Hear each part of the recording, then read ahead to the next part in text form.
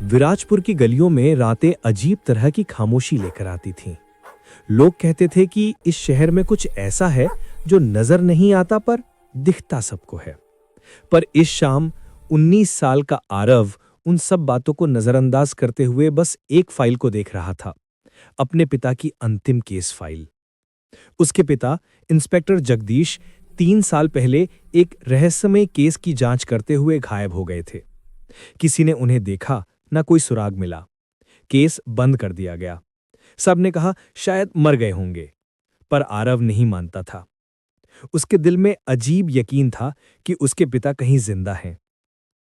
एक दिन शाम को उसके घर एक लिफाफा आया, भेजने वाला कोई नहीं।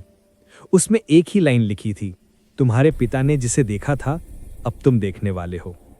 और साथ में थी एक पुरानी काली फोटो जिसमें एक धुंधला साया किसी आदमी के पीछे खड़ा था।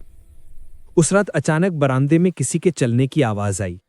आरव बाहर निकला, कोई नहीं था, पर जमीन पर उंगली से लिखा था, सवाल पूछना बंद करो। आरव का डर अब जिद में बदल चुका था। उसी रात उसने पिता की बची कुची डायरी निकाली। एक ही पेज अधूरा बचा था, उस पर लिखा था 968। वो इंसान नहीं है।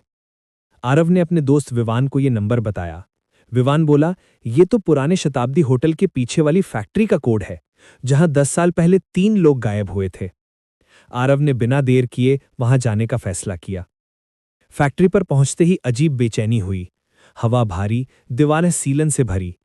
भीतर जाने ही वाला था कि एक बूढ़ा आदमी सामने आया और बोला, यहां क्यों आए हो?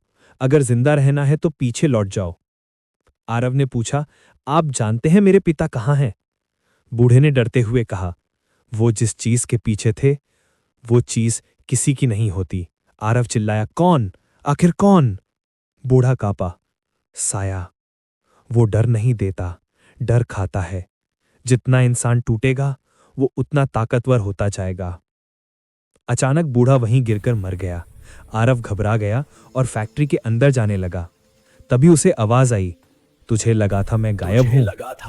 वो मानव था, उसका बचपन का दोस्त जो 3 हफ्तों से लापता था। मानव का चेहरा अजीब था, आंखें बुझी हुई। उसने कहा, मैं उसी जगह आज था जहां तुम्हारे पिता हैं। आरव ने कहा, कहां कहां? मानव ने घुटी आवाज में कहा, तहखाने में।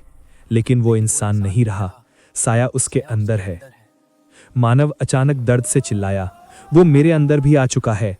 उसकी आंखें पूरी तरह काली हो गईं। आरव डरकर पीछे हटा। मानव बोला, साया रूप बदलता है, तुम्हें डराकर अंदर आना चाहता है। और फिर अचानक मानव बेहोश होकर गिर पड़ा। आरव समझ गया कि वो सही रास्ते पर है और अब पीछे हटने का सवाल ही नहीं। फैक्ट्री की दीवारों पर धीमे धीमे थपथपाहट शुरू हो गई, जैसे कोई दीवार के अंदर चल रहा हो। ऊपर से धूल गिरने लगी, हवा ठंडी होने लगी और दीवार पर उंगली से 2 शब्द फिर बने, नीचे आओ।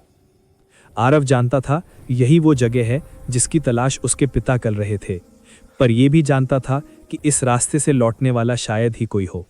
पर वापस जाने का मतलब था अपने पिता को हमेशा के लिए खो देना। एक गहरी सांस लेकर उसने अंधेरी सीढ़ियों पर कदम रखा और नीचे उतरने लगा। सीढ़ियां अनंत लग रही थीं और हर कदम पर उसे लगता जैसे कोई उसके पीछे है। और आखिरकार वो वहां पहुंचा जहां उसकी जिंदगी हमेशा के लिए बदलने वाली थी।